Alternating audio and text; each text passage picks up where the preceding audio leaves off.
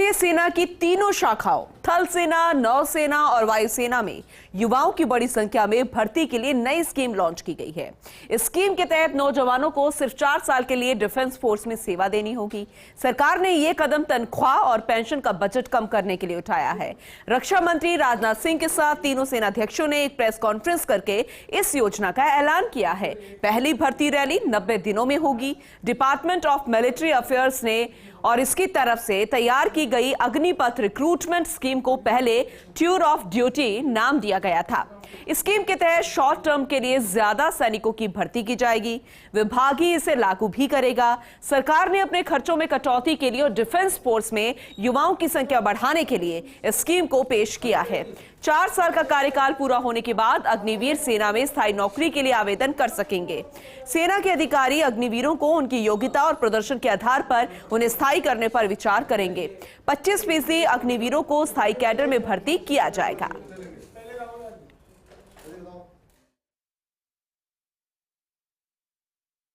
इसी दिशा में भारतीय सेनाओं को विश्व की बेहतरीन सेना बनाने के लिए उस दृष्टि से आज कैबिनेट कमेटी ऑन सिक्योरिटी ने भी एक ऐतिहासिक फैसला किया है।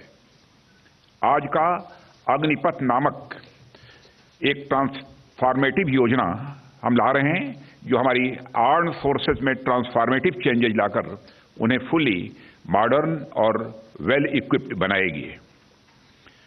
अग्निपथ योजना में भारतीय नौजवानों को बतौर अग्निवीर आर्म्ड फोर्सेस में सेवा का अवसर प्रदान किया जाएगा और यह योजना देश की सुरक्षा को मजबूत करने व हमारे युवाओं को मिलिट्री सर्विस का अवसर देने के लिए लाई गई है। भारतवासियों में देश की सेवा करने का एक भावना है, जिसको चैनलाइज करने का मौका देना हम सबका कर्तव्य है। भारतीय सेना की प्राउड लेगेसी, बलिदान, कर्तव्य plus today's young India unstoppable combat power, we are giving youth a chance for both long and short duration military service. Armed forces में युवा प्रोफाइल की नेसेसिटी है, जैसा कि अभी हमारे रक्षा मंत्री ने बताया। हमारी आज की एवरेज एज तकरीबन 32 साल है, जो आगे आने वाले टाइम पे ये 26 चली जाएगी, 6 से 7 साल में। In order to transform the armed forces into youthful, tech-savvy, modern, there is a need to harness the youth potential and make him a future-ready soldier. Would give all eligible citizens an opportunity to join the armed forces as Agniveers.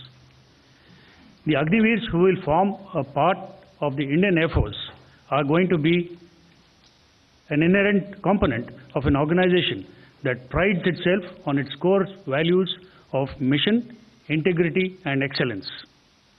These core values equip our men and women with the knowledge, ethos, and pride to render service to the nation and forms the bedrock on which professional attitudes and beliefs that characterize an air warrior are formed.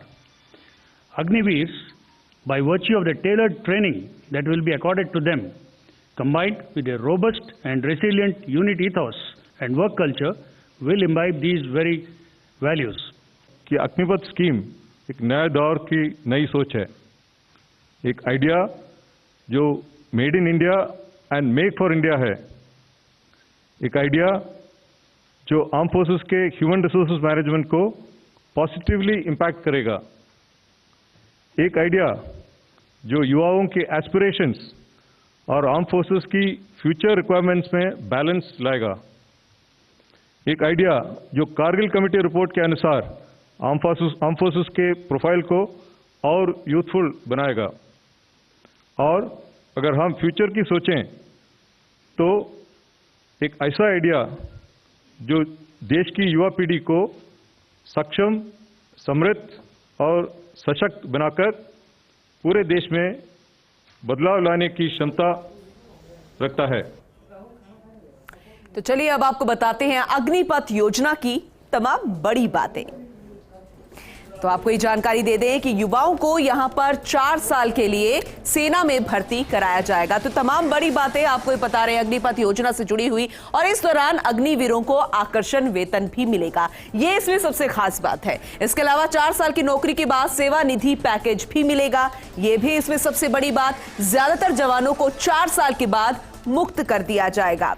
ये भी खास बात। हालांकि कुछ जवान अपनी नौकरी को जारी रख सकेंगे, ये उनकी ऊपर निर्भर करेगा। और ये 17.5 साल से 21 साल के युवाओं को मौका मिलेगा, यानी कि जब वो 18 साल के नहीं होंगे, 17 साल से ऊपर होंगे, और 21 साल तक के युवाओं को इसमें मौका जो है वो मिल पाएगा। ट्रेनिंग जो है 10 हफ्ते से 6 महीने तक की होगी, यानी कि 10वीं से 12वीं के छात्र जो है इसे लेकर आवेदन कर सकते हैं, क्योंकि 17 साल के ऊपर बच्चे जो है वो 10वीं 12वीं करने के योग्य हो जाते हैं। और अगर कोई अग्निवीर देश सेवा के दौरान शहीद हो जाता है तो ऐसे में उसके परिजनों को सेवा निधि समेत तमाम जो सुविधाएं हैं वो मिल पाएगी। 1 करोड़ रुपए से ज्यादा की राशि ब्याज समेत मिलेगी, ये इसमें प्रावधान रखा गया। और इसके अलावा बाकी बची नौकरी का भी वेतन दे दिया जाएगा। ये प्रमुख बातें जो है वो फिलहाल हम आप तक पहुंचा रहे हैं, तो जो इसे बेहद खास बनाती है।